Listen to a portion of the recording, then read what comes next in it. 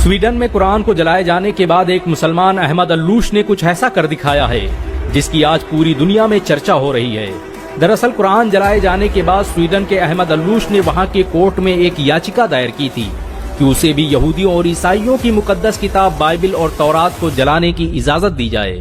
अहमद अल्लूश का कहना था कि जैसे स्वीडन में सरेआम सरकारी सिक्योरिटी के बीच कुरान को जलाया गया, वैसे ही वो भरी सिक्योरिटी और लोगों के बीच बाइबल और तौरात को जलाना चाहता है।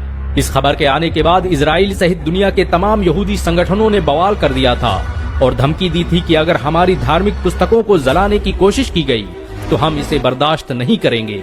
इजराइल के राष्ट्रपति ने तो यहाँ तक कह दिया था कि तौरात हमारी सबसे मुकद्दस किताब है, इसकी हिफाजत हम पर फर्ज है और हम इसकी हिफाजत करके रहेंगे। स्वीडन की अदालत ने अहमद अल्लूश की याचिका के बाद उसे बाइबिल और तौरात को जलाने की इजाजत दे दी थी, क्योंकि स्वीडन में धार्मिक पुस्तकों को जलाना अभिव्यक्ति की आजादी माना जाता है, जिसके बाद दुनिया भर की नजरें स्वीडन के इस मुसलमान पर थी। ये इतिहास में पहली बार था कि किसी मुसलमान ने आसमानी किताब बाइबिल और तौरात को जलाने की इजाजत मांगी थी। अहमद अल्लूश तयशुदा वक्त पर कल इजरायली दूतावास पहुंचे। उनके एक हाथ में लाइटर था तो दूसरे हाथ में बाइबिल और तौरात। चारों तरफ दुनिया के मीडिया संस्थान और लोग बाइबल को जलाने का मंजर देखने के लिए मौजूद थे। दुनिया भर की निगाहें अहमद अल्लूश के हाथ में मौजूद उस लाइटर पर टिकी थी। लेकिन लोग उस वक्त हैरान रह गए जब स्वीडन के इस 32 साला नौजवान ने लाइटर जमीन पर फेंक दिया और लोगों को मुखातिब होकर कहने लगा कि मैं बाइबल और तौरात को जलाने की सोच भी नहीं सकता। मैं तो बस कुरान जलाने के मामले पर यूरोप, अमेरिका सहित दुनिया के दोगलेपन को बेनकाब करना चाहता था। ये मेरे प्रदर्शन का तरीका था। मैं चाहता था कि लोग आएं और मेरी बात सुनें और एक मुसलमान के दर्द को महसूस करें। जिस तरह से यहूदियों और ईसाइयों को उनकी मुकद्दस किताब को जलाने की बात सुनकर तकलीफ महसूस हुई, उससे लाख गुना ज्यादा हम मुसलमानों को तकलीफ होती है जब हमारी मुकद्दस किताब कुरान की बेहुरमती की जाती है। अहमद अल्लूश के पास बाइबिल और तौरात के साथ कुरान भी मौजूद थी।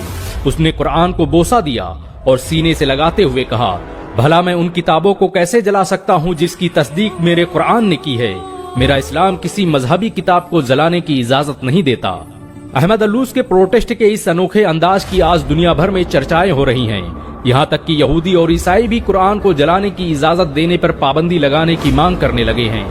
गौरतलब हो कि बकराईद के दिन स्वीडन में सलमान मोमिका नाम के एक नास्तिक व्यक्ति ने स्टॉकहोम सेंट्रल मस्जिद के ठीक सामने कुरान को जलाने का घिनौना काम किया और इस काम में स्वीडन सरकार ने न सिर्फ उसकी मदद की, बल्कि जिस वक्त वो कुरान जला रहा था उस वक्त उसकी सिक्योरिटी में पुलिस भी मौजूद थी।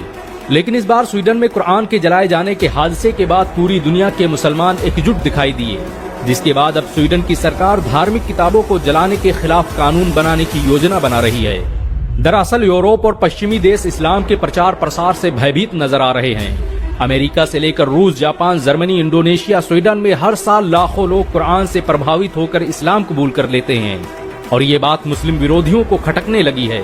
यही वजह है कि वो मुसलमानों को नीचा दिखाने के लिए कुरान और पैगंबर मोहम्मद सल्लल्लाहु अलैहि वसल्लम की तौहीन करने की कोशिश करते हैं। लेकिन इस बार जब बात बाइबिल और तौरात की आई तो यहूदी और ईसाई भी इंसानियत की दुहाई देने लगे।